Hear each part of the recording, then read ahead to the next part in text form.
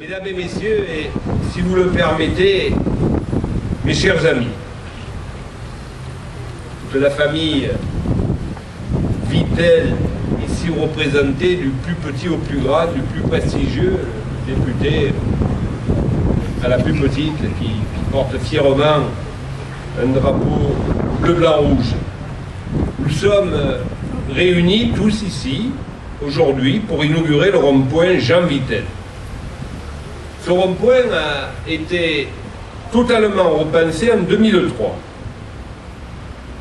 avec ses aménagements paysagers, sa fontaine. Vous savez, alors les choses changent, elles changent vite, puis après on s'habitue aux choses. On s'imagine que les choses ont toujours été comme cela.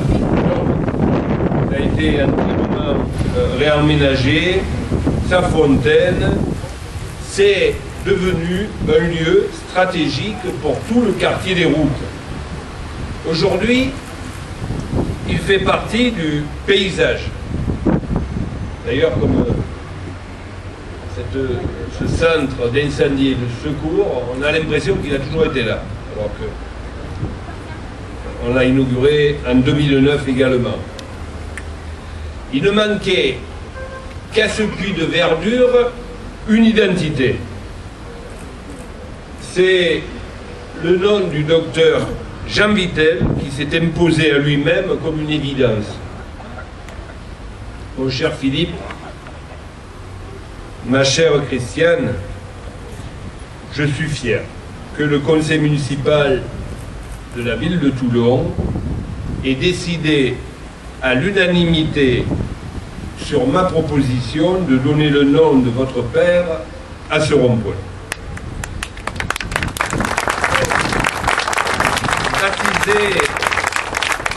Baptiser ainsi ce lieu emblématique du quartier, je voudrais saluer tous les habitants du quartier, tous les présidents qui sont là, toutes celles et tous ceux qui sont nés dans le quartier, ou tout simplement ceux qui sont venus habiter le quartier, sont aussi des bonnes Toulonnaises et des bons Toulonnais. C'est donc pour nous une façon d'inscrire à jamais le nom du docteur Jean Vittel dans le marbre de l'histoire toulonnaise. Il faut dire, mon cher Philippe, que ton papa a été, et est encore, un grand personnage de la vie politique toulonnaise. Il est né à Toulon, le 2 novembre 1912, d'un père militaire breton. Il y a beaucoup de Bretons à Toulon, oui, mais c'est vrai. Vous savez, Toulon est le premier port militaire d'Europe aujourd'hui, et il y a un lien fraternel entre la Bretagne et les côtes méditerranéennes.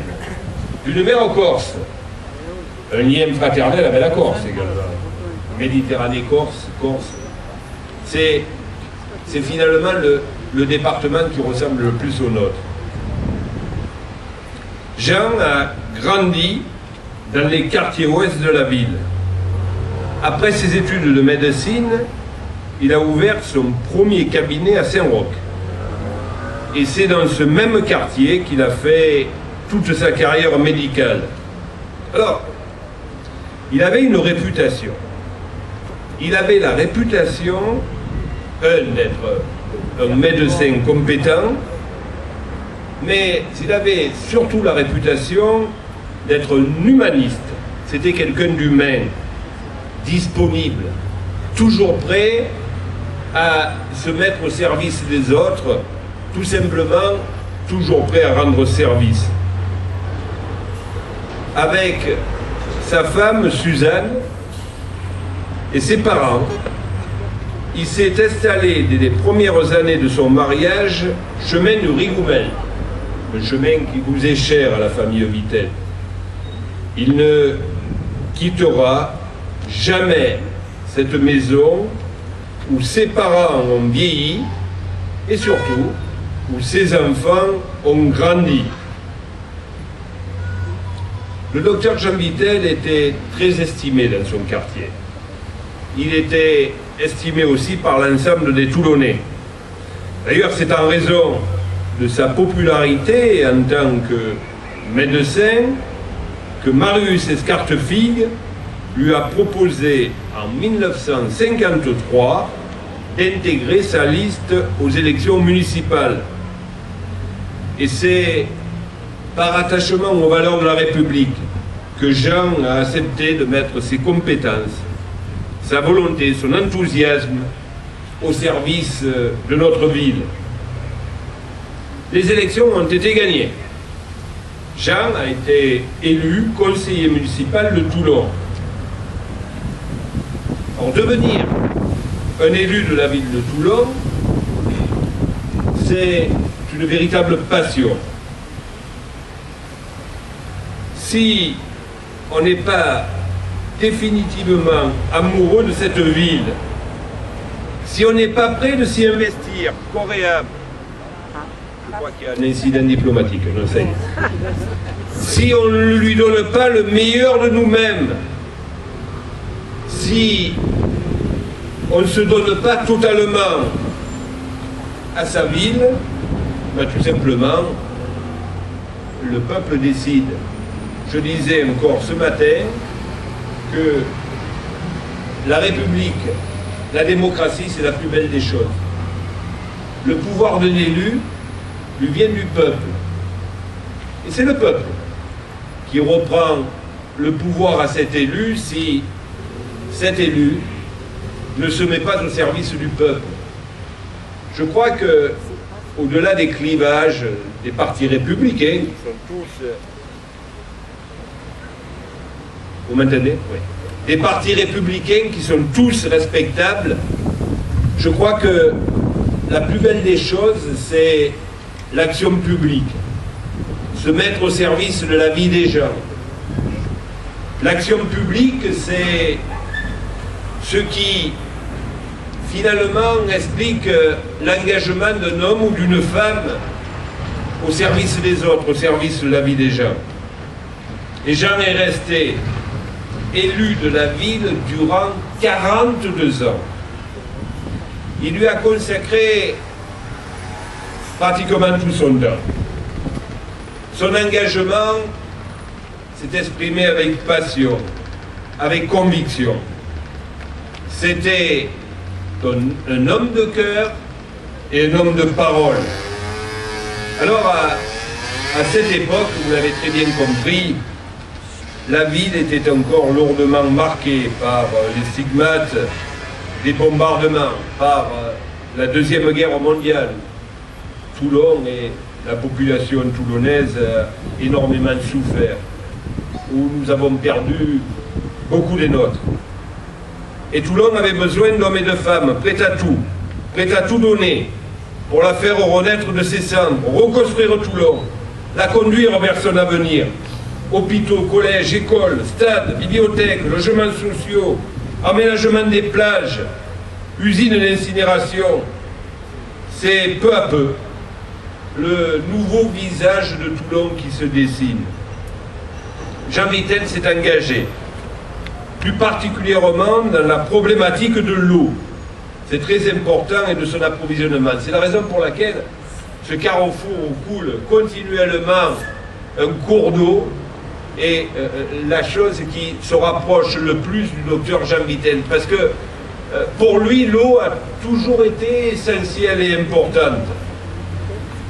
Il faut se souvenir en effet qu'à l'époque, bien souvent, de longues semaines de pénurie entravaient le quotidien des Toulonnais pendant l'été. Les plus anciens qui sont encore là vous diraient que à l'époque, il arrivait très souvent que pendant l'été, on nous coupait tout simplement l'eau. Il n'y avait plus d'eau dans la ville. Jean s'est donc employé à sécuriser cet approvisionnement en ayant recours au canal de Provence, bien sûr, mais aussi par une meilleure utilisation des réserves du Revest, du lac de Carcès, et par la réfection totale du réseau d'eau de la ville. Il a ainsi permis que plus de 80% de l'eau achetée soit livrée à l'utilisateur, alors que ce ratio n'était au plus que de 50% dans les années 60. On lui doit également sa grande participation à la construction de l'usine de traitement des eaux Amphitria au Cap Sissier, véritable action de développement durable et de dépollution des eaux rejetées en mer. Jean Vittel a également été élu au Conseil général en 1958, où il a siégé pendant 36 ans. Grand défenseur des dossiers toulonnais, il s'est employé là aussi à mettre en place une lutte efficace contre les incendies. Il a également défendu au sein du canal de Provence l'irrigation de notre département pour le développement de notre agriculture et de sa viticulture. Il a été élu député de la 4e circonscription du Var. Et je pense à Philippe et à l'émotion qu'il a dû ressentir lorsqu'à son tour, Philippe est entré au Palais Bourbon. Enfin, Jean s'est beaucoup investi dans l'action sociale, en particulier au service des pupilles, des personnes handicapées. Il a d'ailleurs présidé aux destinées de la DEPAC. Jean a toujours été un sportif. Il a pratiqué le rugby, le tennis, surtout le football. Vous voyez que à Toulon, rugby et football doivent faire bon ménage, il n'y a pas de concurrence. Il a été dirigeant du RECT, le président général du RECT Omnisport de 1977 à 1995. C'était un médecin, un élu disponible, accessible, attentif à ses concitoyens. Mais il n'a toutefois jamais négligé sa famille. Il a toujours été très proche de ses parents, de sa femme, de ses enfants, de Philippe et de Christiane et de ses 4 petits-enfants. Un vrai patriarche. Il était vraiment heureux lorsque toute la famille était rassemblée autour de lui dans la maison familiale du chemin de Rigoumen. D'ailleurs, il serait heureux de vous voir là, tous rassemblés aujourd'hui, Philippe, Christiane, Catherine, Françoise, Carole, Claudia, Stella, Julien, j'en oublie peut-être. Voilà, c'est ceux qui ne sont pas là. Non, ça va. Jean nous a quittés le 13 décembre 2003 à l'âge de 91 ans et repose aujourd'hui dans le caveau familial du cimetière central auprès de ses parents et de son épouse. Quand je suis arrivé au Conseil général en 1985, car j'ai eu l'honneur, le plaisir d'être élu au Conseil général aux côtés de Jean Vittel. J'ai découvert en lui un élu qui savait écouter. J'étais un jeune élu et Jean savait conseiller. Je me souviens, il nous envoyait toujours il m'envoyait la main sur l'épaule et me disait « petit ». Et il me donnait des conseils, des bons conseils, avec toujours la qualité première qui était la sienne, celle d'un humaniste. Il nous invitait à partager son expérience. Je garde pour ma part du docteur Jean Vittel le souvenir d'un homme d'une grande délicatesse dans son rapport aux autres, d'une sincérité profonde dans son engagement politique et surtout d'une générosité sans faille.